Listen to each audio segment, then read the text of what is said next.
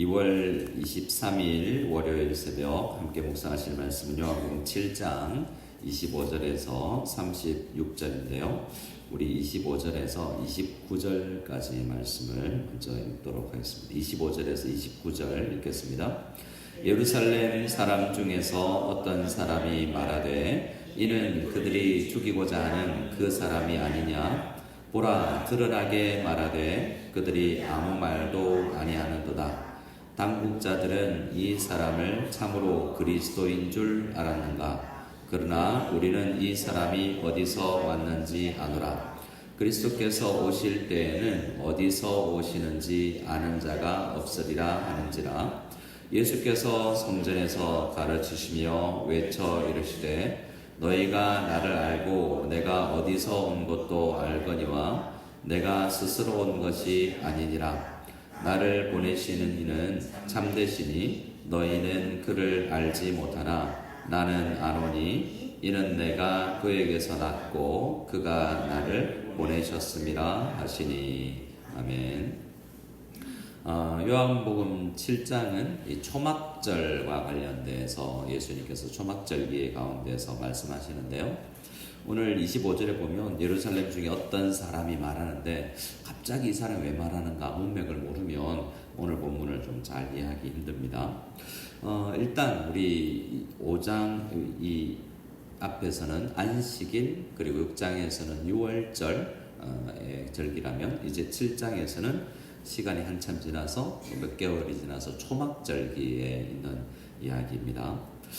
그래서 이 6월절은 하나님께서 크신 능한 손과 펴신 팔로 이집트에서 이스라엘 백성들을 이집트에서 출애굽시킬 때 죄에서 구원해 주는 것을 상징하는 그 6월절은 크신 하나님의 구원의 능력을 기념하는 날입니다. 근데 초막절기는요, 광야 땅을 거닐면서 구원받은 사람이 안식을 지킬 수 있는 약속의 땅에 가기까지 광야길을 텐트 치고 걸어가면서 하나님께서 우리를 어떻게 필요한 걸 공급해 주셨는가, 또 우리가 어떻게 그 가나안 땅에 가기까지 지켜주시는가를 기념하는 이 절기가 초막절이라고 할 수 있습니다. 그래서 오늘 이 초막절기를 통해서 7장부터 10장까지 초막절의 의미를 더 드러내 주실 거예요. 그래서 예수님께서 일단 이 명절이 중간이 되어서 14절 말씀에 보면, 우리 주일 말씀에 보면 예수님께서 가르치실 때 사람들이 놀라서 어떻게 안 배운 사람이 저렇게 말씀을 잘 하시는가라고 놀랍니다. 그리고 예수님께서는 그때 그들의 이제 문제를 드러내놓고, 그전까지는 드러내지 않는 듯 하다가 예수님 오늘 말씀도 그렇고요, 완전히 숨으려고 하지 않고 드러내놓고 사역하면서도 그들을 잡지를 못합니다. 예수님께서 19절에 너희에게 하나님이 율법을 줬는데 왜 나를 죽이려고 하느냐라고 그들에게 있는 속셈을 다 드러내 주시거든요.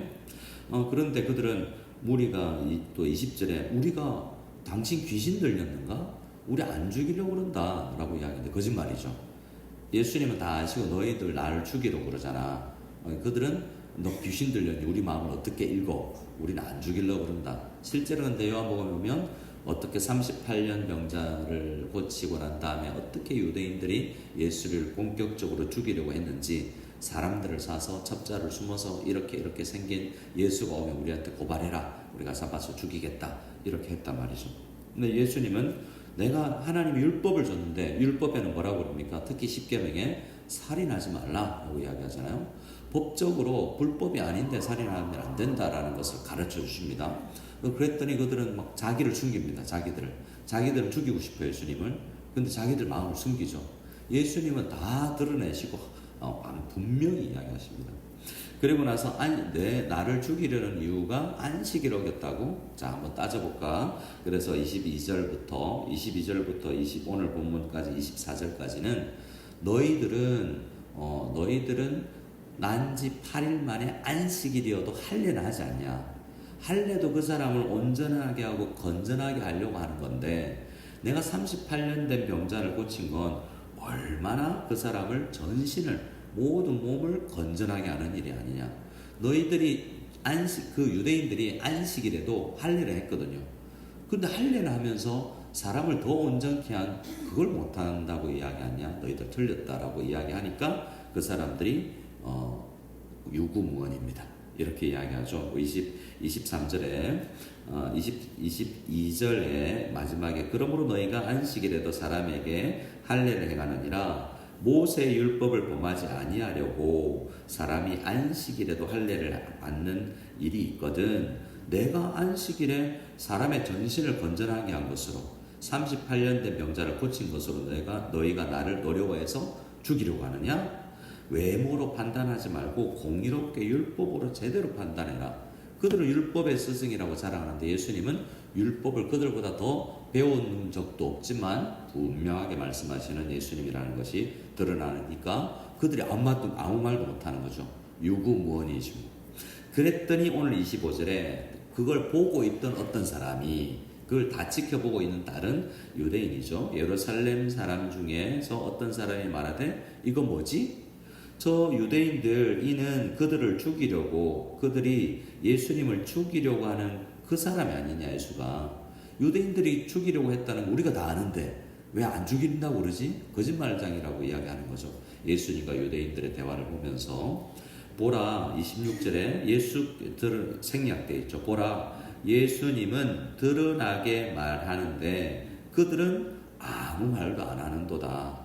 당국자들은 이 사람을, 그러니까 너희들 유구무원이니까 예수님이 그리스도라고 믿는 거야? 지금 이 말을 하는 25절에 예루살렘 중에 어떤 사람은 믿는 사람이 아니에요.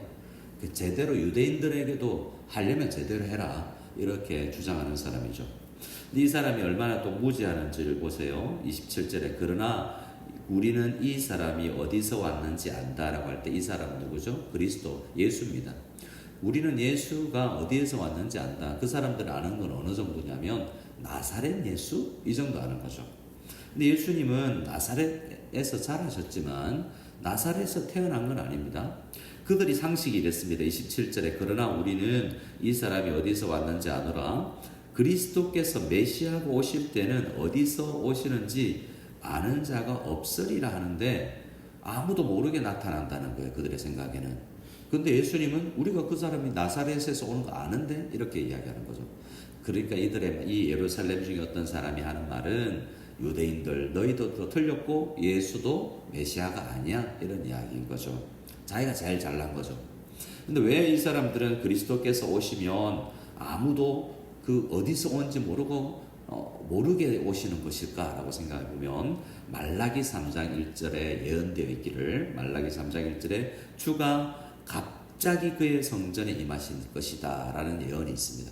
그랬더니 그 말씀을 생각하면 예수님은, 메시아는 갑자기 성전에 엄청난 힘과 능력을 가지고 짠 하고 나타나야 되는 거죠.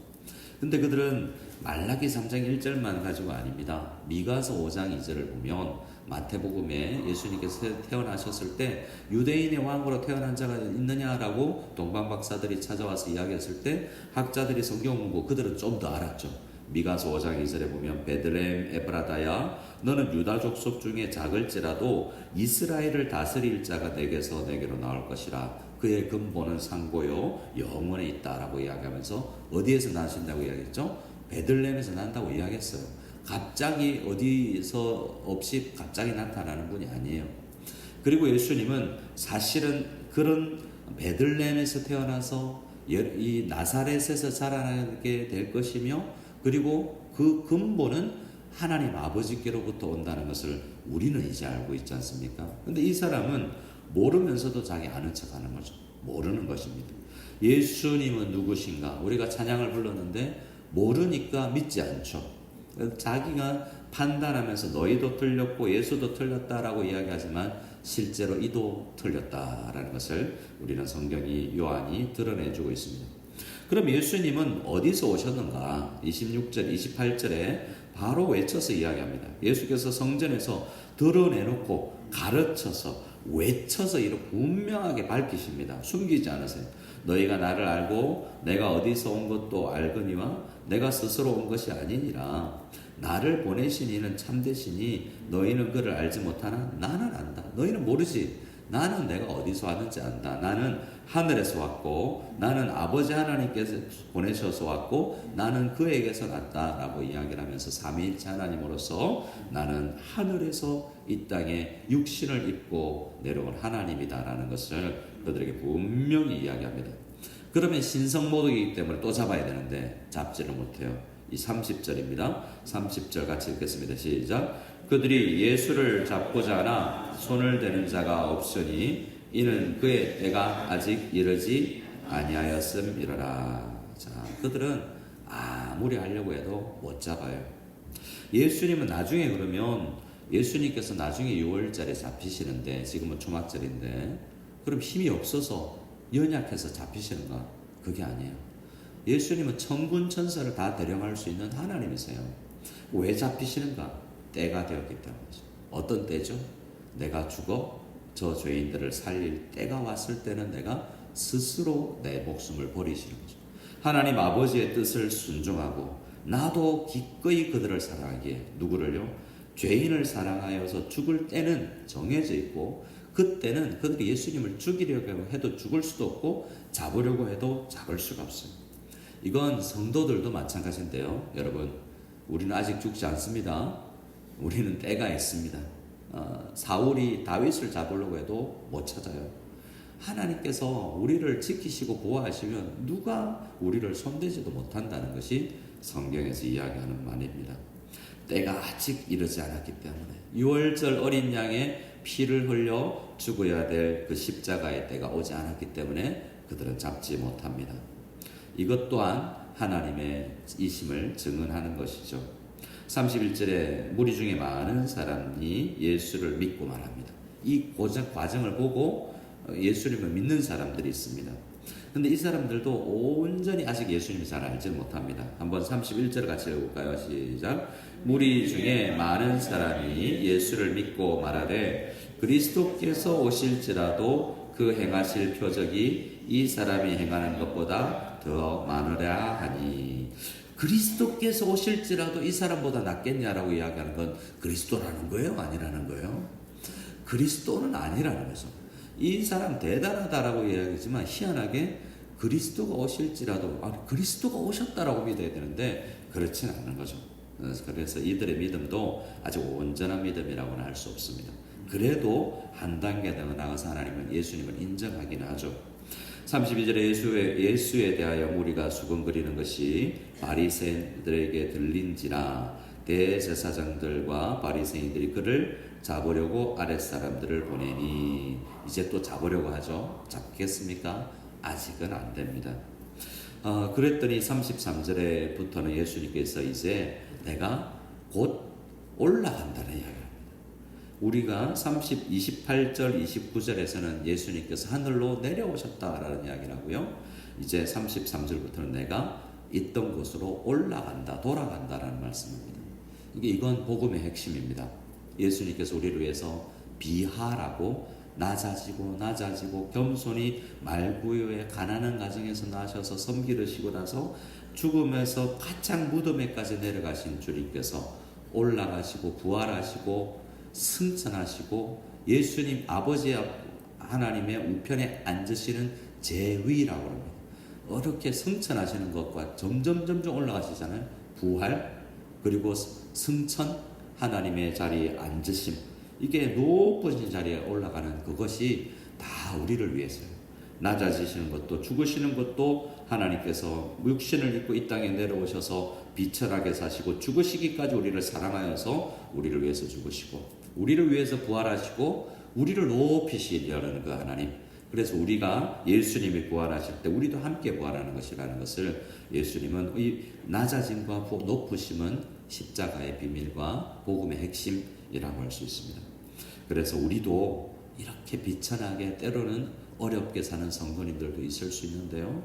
우리들도 주님께서 올라가시듯이 우리도 부활하고 우리도 죽음을 이기고 이미 예수를 믿었기 때문에 사망이 우리를 영원히 우리를 침몰치 못하고 영원히 우리는 살게 될 것입니다. 그래서 33절부터를 쭉 읽고 마쳐보도록 하겠습니다. 33절부터 읽겠습니다.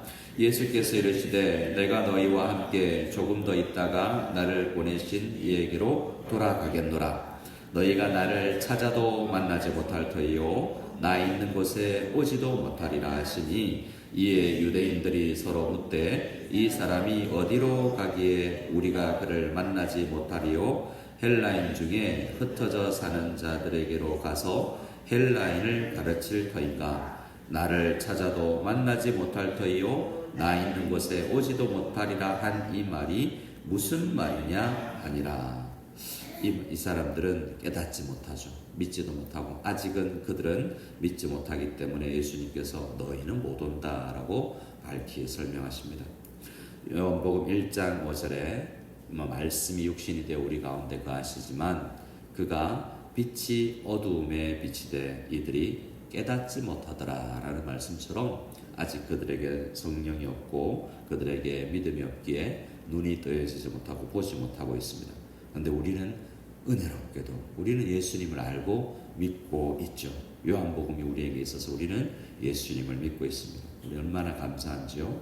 우리는 예수님이 누구인지 분명히 알면 이들은 모르지만 우리는 예수님이 우는 자의 위로요 없는 자의 풍성이며 천한 자의 높음이요 죽은 잡힌 자의 노임이 되고 우리 악한 자의 강함도 되고 눈먼 자의 빛이 되시는 우리 주님이 특별히 오늘 7장 말씀에는 생수의 근원 되시는 우리 주님께서 허할 때 갈급할 때 기도하면 생수를 우리에게 주실 것이고 빛을 우리에게 주셔서 미래가 보이지 아니하는 암담함 속에서도 이 광야길을 소망을 가지고 초막절의 핵심은 광야를 걸으면서도 소망을 잃지 않고 힘있게 걸어가는 것입니다. 우리에게 필요한 것을 공급하여 주실 그 주님을 믿고 소망 가지고 이 하루를 또한 이 한 주간을 남은 평생을 살아갈 수 있는 믿음의 사람들, 예수님을 아는 모든 우리들 다 될 수 있기를 소원합니다. 아멘.